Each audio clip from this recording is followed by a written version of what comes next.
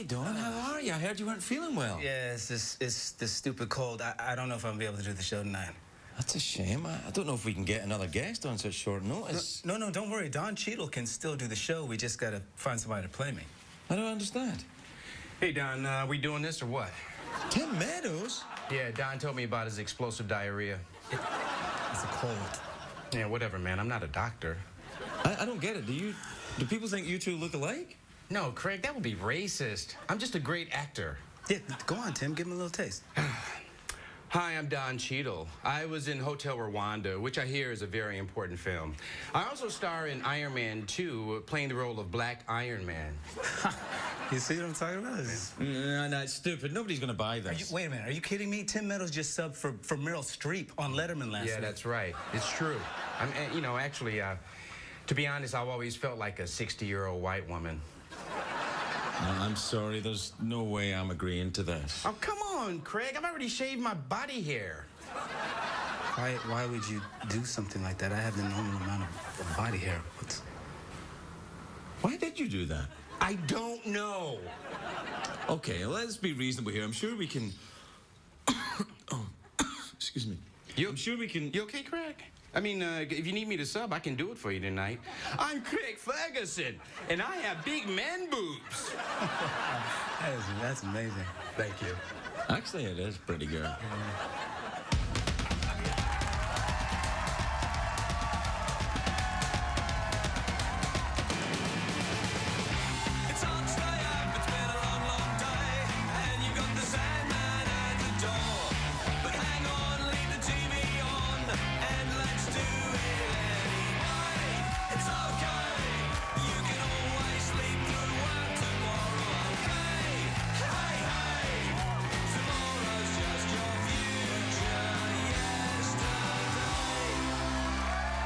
Ladies and gentlemen, Craig Ferguson.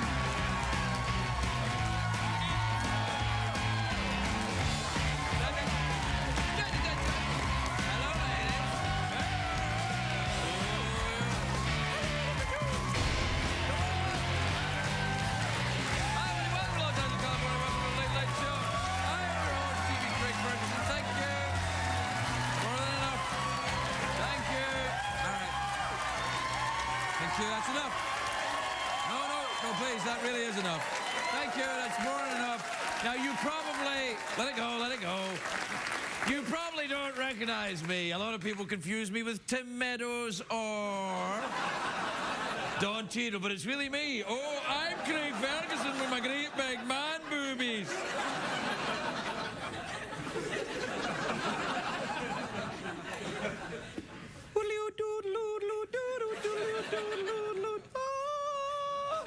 It's a great day for America, everybody. Yes, it is. It's a great day. It's a great day for our former Vice President, Dick Cheney, who was released from hospital today. He's doing very well. Doctors say he'll be up and shooting lawyers in the face in no time.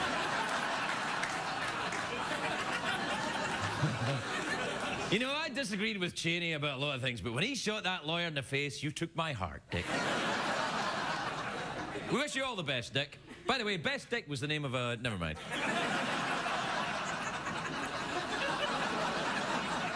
An award I won. All right, keep going, and the censor won't notice. All right.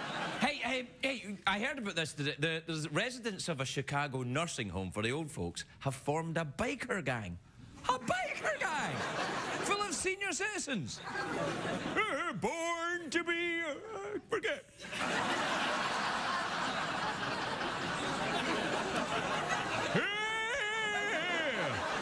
Get your motor. It's a great day for the Twitter, the folks at Twitter. I don't know if there are folks at Twitter. I guess, yeah, everybody who's on Twitter, I guess. I don't think there's like a big place where they all, let's get these Twitters moved along. But anyway, there's a new member of Twitter, a very important one. The Dalai Lama opened a Twitter account. I know! I'm not sure why. I think he just did it to piss off China. Everything the Dalai Lama does pisses off China. It's like he's Ellen DeGeneres and China is Simon Cowell. Yeah, exactly. Now, I realize some of you have no idea what the Twitter is, and until 2 weeks ago or so, I was just like you. I didn't know what Twitter was. When I overheard people talking about Twitter, I thought, finally, my favorite game, Twister, is making a comeback. But Twitter and Twister are very different, because in Twitter, nobody gets mad at me for being naked.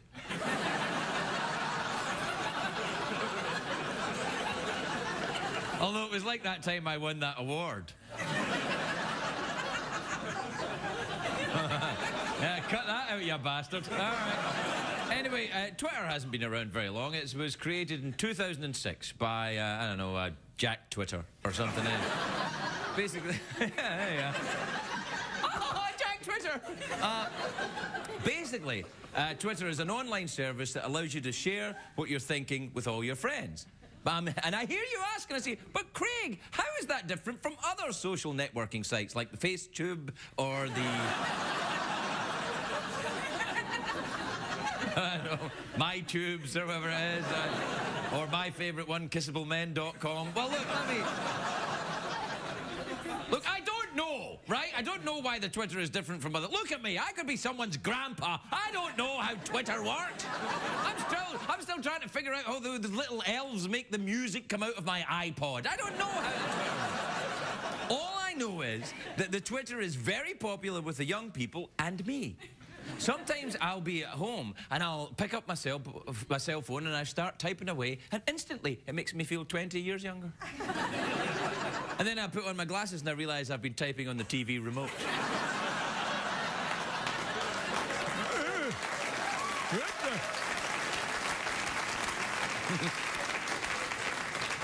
I wondered why the channels were changing. I should join that biker gang. Here, look, if you don't know what they do on the Twitter, what you do is you type on a little message, and then anyone who gives a crap can read it. I joke around on the Twitter like I do on this show, but on the Twitter, I have limited, tiny space to do it.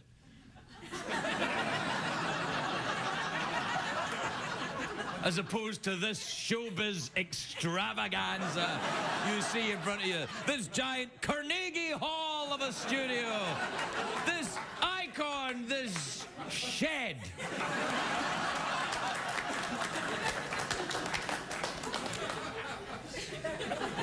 Now, listen, I'd like to make something clear to you. You don't have to use the Twitter to be a fan of this show. There is only one requirement to be a fan of this show: insomnia. Two requirements for this show: insomnia and no cable.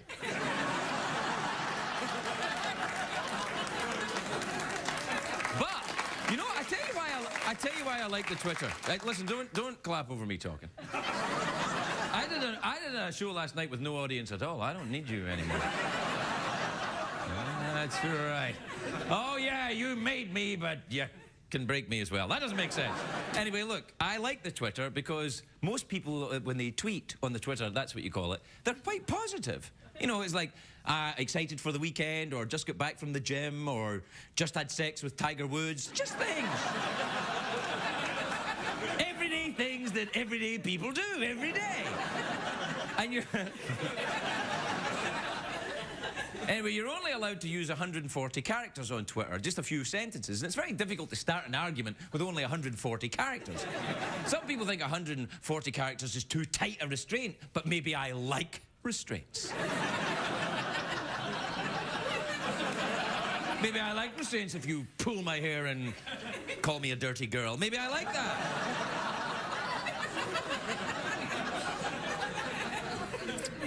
Yeah, back to creepy old me then. And I have to admit, though, I'm quite fickle with new gadgets. Before long, I'll probably move on to the next big thing, which at my age is probably hip replacement surgery or something.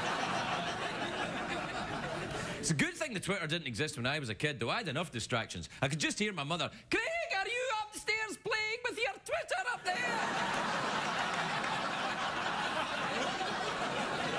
"No, Mom, I'm just masturbating." "Okay." That's right. I probably should have said that when there was no audience here. The Twitter's catching on, though. Apparently one third or so, about 1/3 of all the members of Congress are on Twitter. I know. That's, now we know why, nothing is getting done. And what? They're too busy sending angry emoticons to each other. Do you know what I do like, though? I like it when CNN makes Anderson Cooper read the tweety things out on the air. That's awesome. Because he has to read, you know, tweety names, which are so kind of odd and not... and he's always like, financial derivatives increase the probability of another crisis. So this is according to Jack Hole 69. It's a very...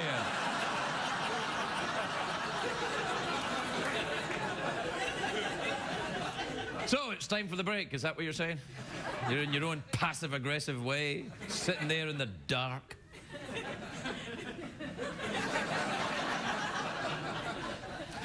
Well, it is. It's time for the commercials, which is always an awkward time around here.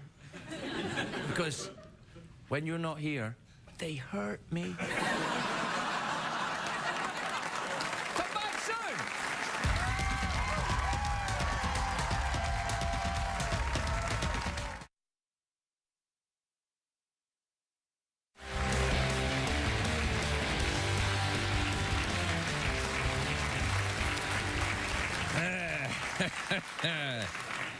Okay. Hey, we're all in this together. Should we do the Twitters and the emails? Do the jingle then, hurry up. Twitter is the thing with all the tweets. You and your friends stay in touch but never meet. So now the time has come to check the tweets and your email partner, Ass Mode. Ass mode. All right. Let's see. We got the Twitters and the emails and the tweets and all. This is a tweeter from Rachel in Allentown who says, Craig, can men and women be friends without the man wanting to sleep with the woman? Husband says no. I disagree. Husband is right. Unless man is gay. Actually, can men and women be friends? I don't know. They should do a movie about that or something.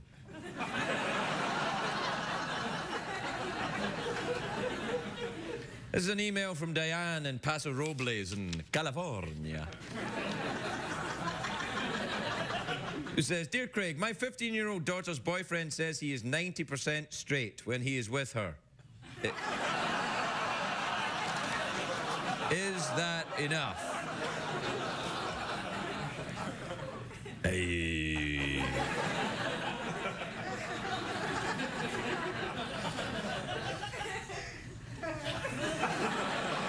Well, look, on the one hand, your daughter's 15 years old, so it should be a moot point. Right?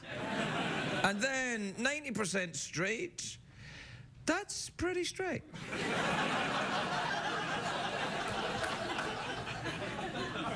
But I don't think it works like that. I don't think there are degrees of straight or gay. It's not like karate. So like, well, you can move on to ladies now. No, it's not like that. 90% straight, what does that mean?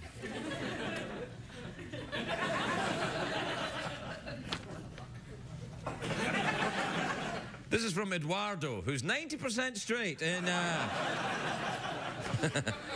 No, he's 100% straight. He's in Mexico City in Mexico. He says, Hi, Craig. If Los Angeles ever gets a football team, what name would you suggest for that NFL franchise? LA Angels 90% straight. Actually, that's way too straight for most men in LA. I think it'd have to be about 40% straight.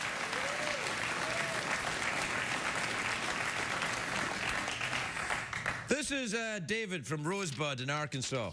Rosebud. He says, All right, film students, are you ready? It was the sled!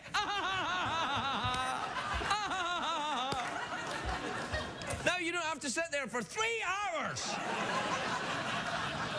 What is he talking about? You know what I'm talking about. Anyway, David in Rosebud, Arkansas says, Dear Craig, my neighbour's dog barks all night long. Any suggestions about stopping the dog from barking? Nah, you'll have to move.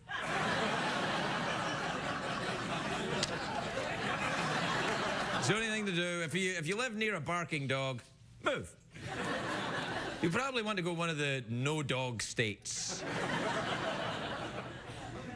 And who doesn't love dogs? You, apparently. The person whose name is over there on the floor. In Arkansas.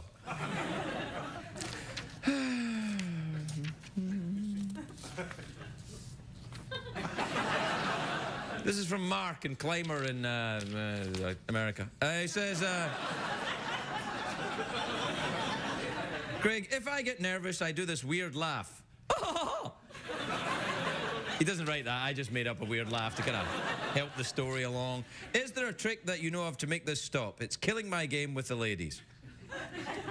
Probably the best thing to do is drink a lot.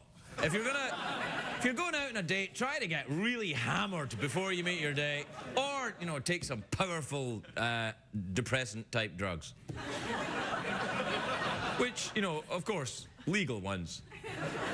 And drink responsibly, CBS cares.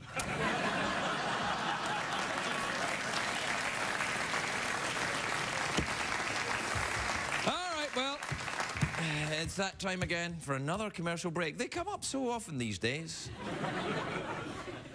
What? That is good, is it? Is it good to have lots of commercial breaks? Good for you, maybe. Yeah, it's good for you. You line in your pockets like the Wall Street fat cat you are. Hurt in a car wreck? You have damage to your car, medical treatment expenses, time lost from work. But our consultation is free. It's time to call the Becker Law Office at 1-800-755-3000. You know, vacuum cleaner. You know the one? The one with the proper amount of suction.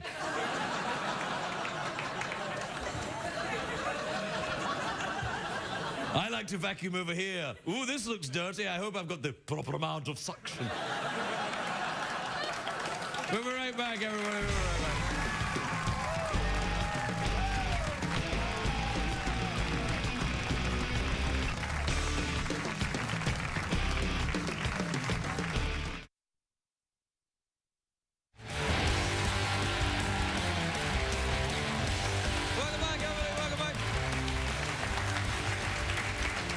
Welcome back to the show where we have an audience.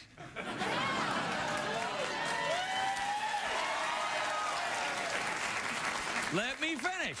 We have an audience who would rather be somewhere else, and a host who has nowhere else to be.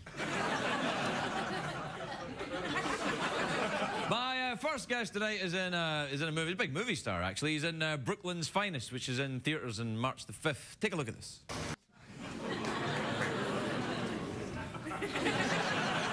Please welcome the lovely Don Cheadle, everybody. Don Cheadle.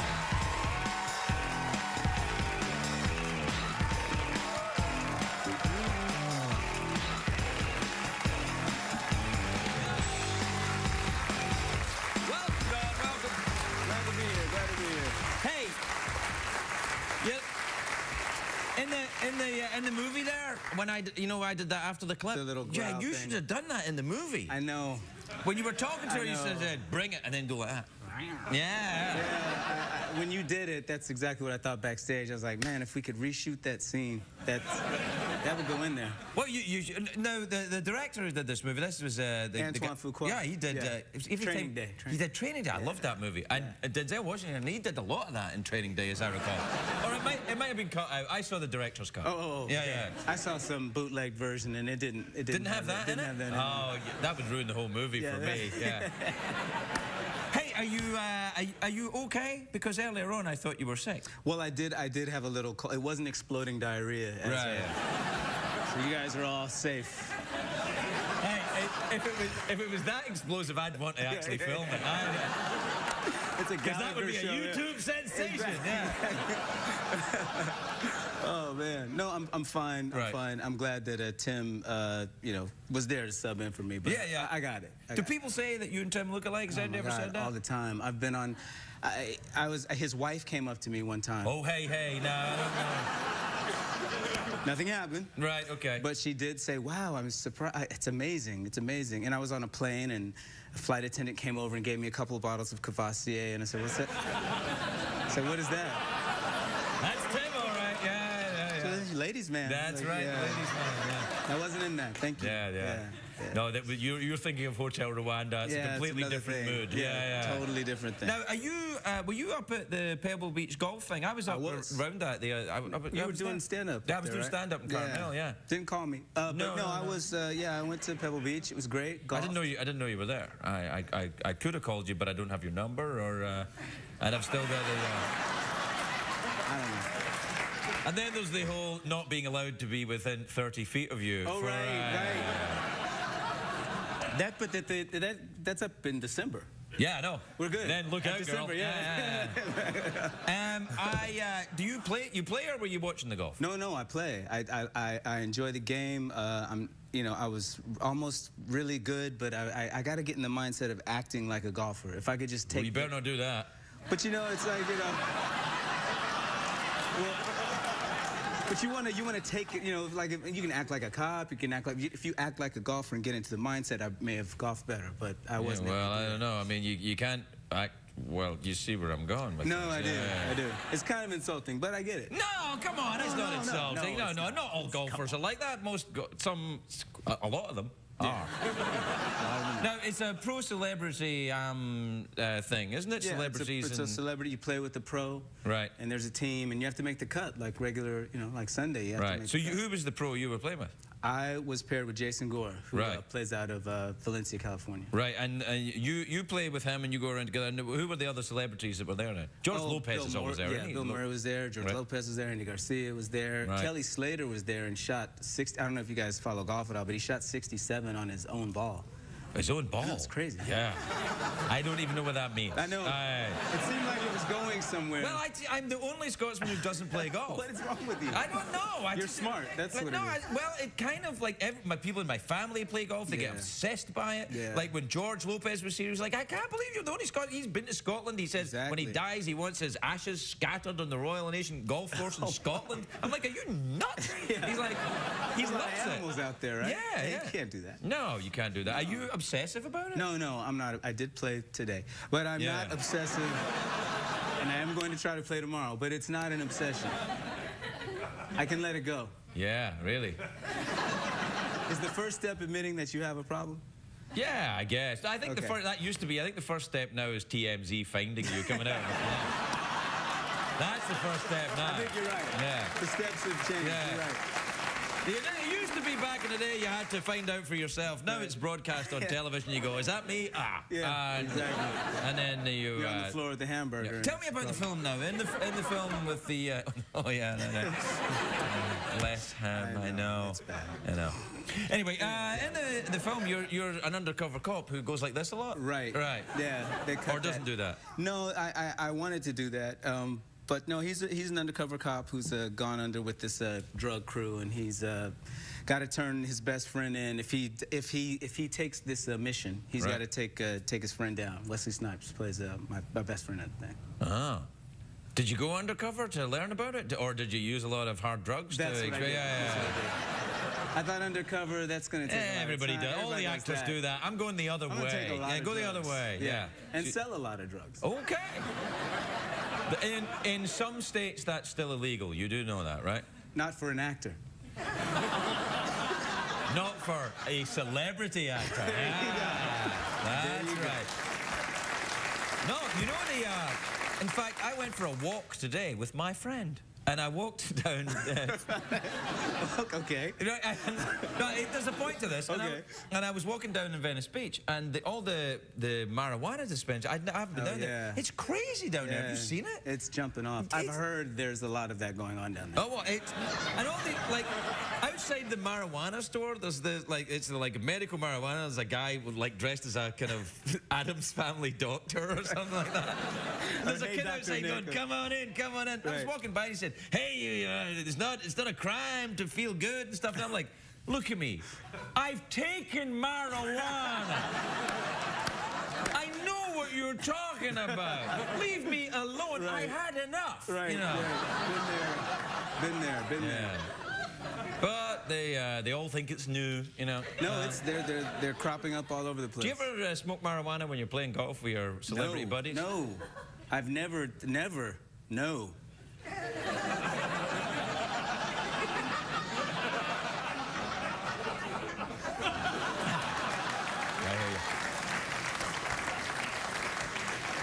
Okay, that'll just remain between us. Yeah, then. we'll keep that. You're all right. Yeah, thank you very Now, much. what about the last time you were here? We were talking about some charity work you're involved in. What are you up to with that? Still doing that. Still have the poker tournaments that we have, usually on the eve of the World Series, the main event that's Right. held in Vegas.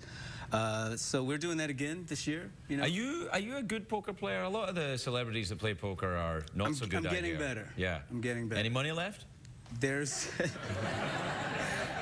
no. No. Because you play with Annie Duke, right? Yeah, Annie's a part. She's actually one of the founders of the charity Annie Up for Africa. That Right. So yeah, I see her often. She has a lot of money.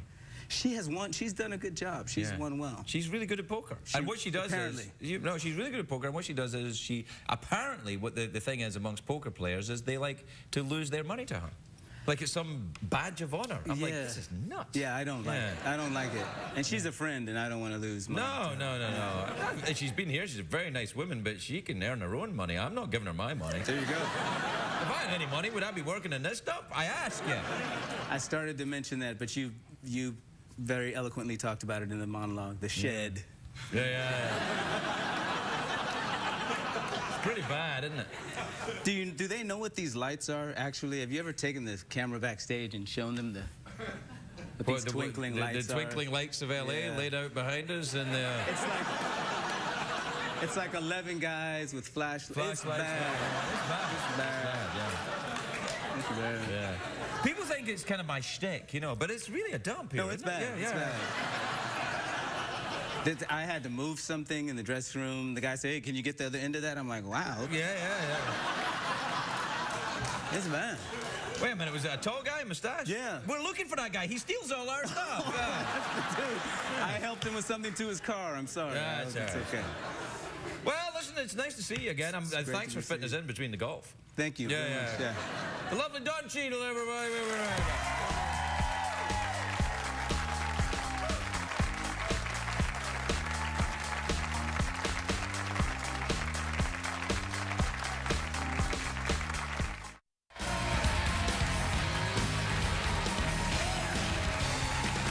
Welcome back, everybody.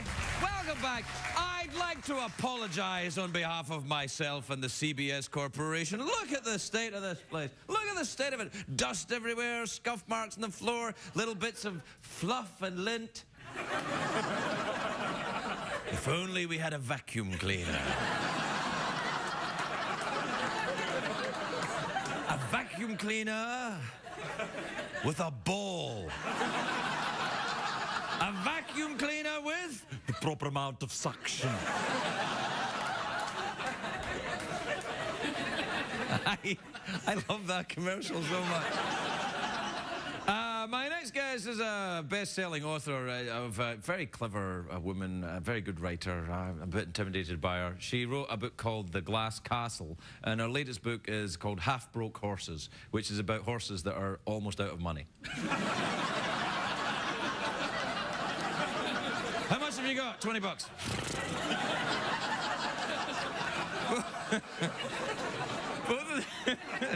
That's the stupidest joke I've ever done. Thanks, everybody.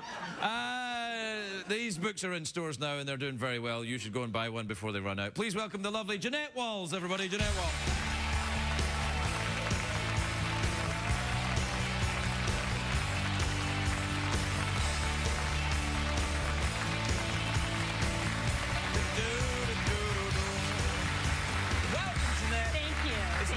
See you. Thank you. Now, we've met before, of course. That's right. We met at the book fair in New York. You were on the panel. You were actually moderating the panel. I was moderating the panel because I had a book out, and in order to be in the company of real authors, my powerful publishers had put me on there as the kind of vulgar entertainer at the start. And then I read your book because you were going to be there, and it's really good. Oh, thank you. Thank you. I remember because I said at the book fair, this is Jeannette, and her book's much better than mine. And everybody, my publisher was like, shut up. But that's not entirely. Your book was fabulous. It really, no. I'm not just saying that. And I'm a big fan of memoirs. I think that memoirs get a little bit of a bum rap. People think we're out there trying to say, oh, these horrible things happened to me. Please feel sorry for me. And that's not it at all. And the reason I liked your memoir so much is it was really honest. And you really got, I mean, you really told about this complicated person. No, I'm serious. He used to be a little fat kid. He used to he used to be a little fat kid and was bullied and stuff. And it was. In fact, I think some of the people who bullied you when you were a kid in Scotland are cousins of the kids who bullied me. Yes, they emigrated and started bullying you. Exactly. The suitors. They used to bully us. Shooters? Yes. Not Sophie Suter. No, Ronnie Suter bullied you, right? Ronnie Suter. No, I had to change that name. That wasn't his real name. Okay. No. Oh, okay. No, yeah, I have to change his name because they said he might sue. I said, he's a criminal in Scotland. He's not going to sue you. Like, no, change his name. Yeah. Did you have to do that in the Glass Castle? Yeah, a bunch of the names, yeah. This is you had a very, very difficult early life, didn't you? I mean, well, yeah. I aspired to being poor white trash. I was that low down. I was trying, yeah. It was hard. Well, I tried to convince my mom one time to buy us, to get us tires so we could whitewash them and put them in the front yard and make things look a little nicer, Oh, man. How did you end up in New York? Well, I know how you ended up in New York because I read the book. But what does the Glass Castle mean? Well, we used to, we were always doing the skedaddle. We were always sleeping in cars and sleeping in cardboard boxes and stuff. And my father, he said all that running around was temporary. One of these days he was going to build us a great big mansion. And he called it the Glass Castle. All he had to do was find gold, and then he would build us the mansion. Yeah, there wasn't a lot of gold around, really. And then because this is the book I was with you in New York about the half-broke horses, about these poor horses that are almost out of cash. Is that maybe the worst joke that's ever been done? No, there's worse. But this is a novel. Yeah. But it's about your grandmother, right? Right. Yeah. She was a horse-breaking, gun-toting, poker-playing, moonshine-selling school teacher, and. And she was. She was, yeah. But I got the story all through my mom, and so I don't know how much of it is true. And I wrote it in first person, so I called it a novel. But it's really, I mean, is there a big change in the publishing community because of the Million Little Pieces and James Fry and that kind of thing? I think that people look at it all a lot more closely. Yeah, I think so. But people are just interested in a good story. I think so. I mean, it was funny because I remember I was doing my memoirs and they said that, the editor would say, now is this true? Look, man, I was drunk. I don't know. I think so. I think it's true. I said, well, how much did you actually drink? I'm like, I don't know. It's not Weight Watchers. It's alcoholism. It is. I drank what I drank. I mean, did they give you a hard time about that? No. They went through and made me change the names and so that people wouldn't sue. And did you find it a very emotionally taxing thing? Oh my gosh! Oh gosh! I was crying. I'm not talking about pretty Hollywood tears. I'm snot slinging, red nose, but it was hugely cathartic. I really. Once you're finished with it, somebody once told me. He said, secrets are a little bit like vampires. They suck the life out of you, but they can exist only in the darkness. And once they're exposed to light, there's a moment of horror.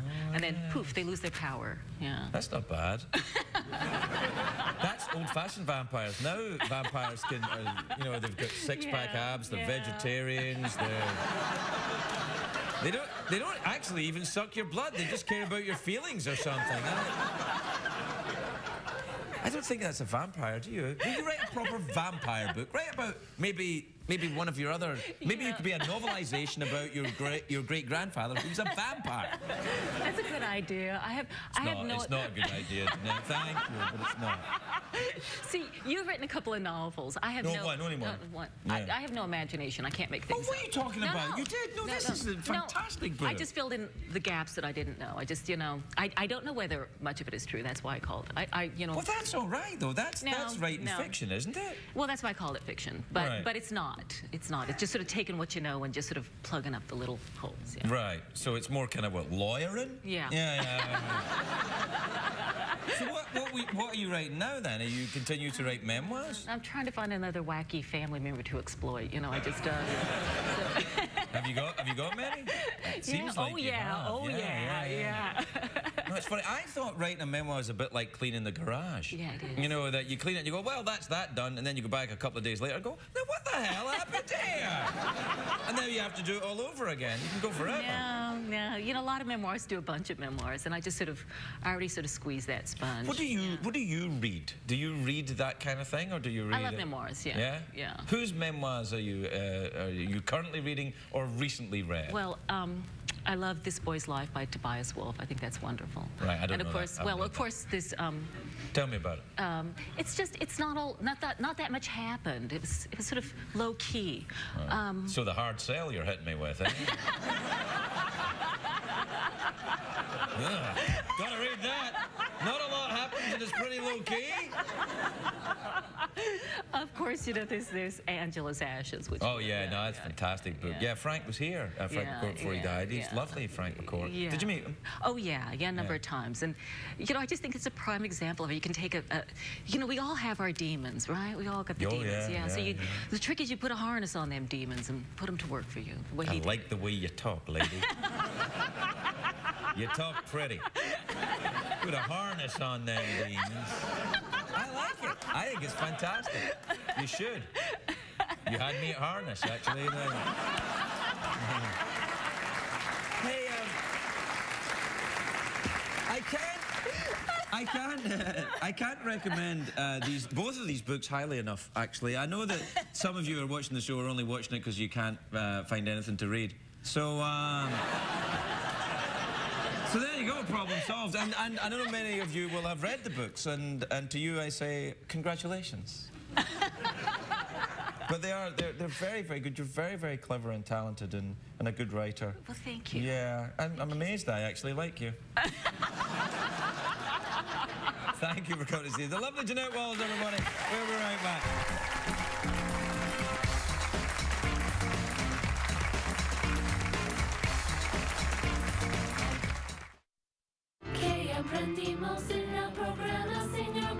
Hasta mañana.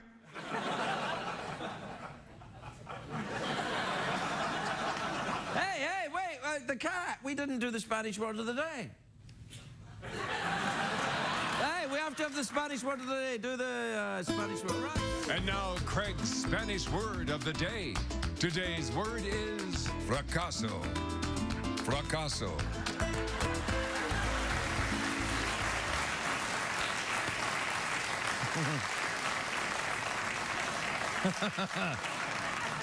Fracaso, eh? Failure. Now, what I like to try and do in order to remember the Spanish word of the day is to form it into a sentence so that the word stays lodged in my mind. So let's see. If, for example, on the show we had a sketch or two and they were a fracaso. Fracaso. Perhaps we'd have to cut them out. And then I'd have to do the Spanish word of the day at the end of the show.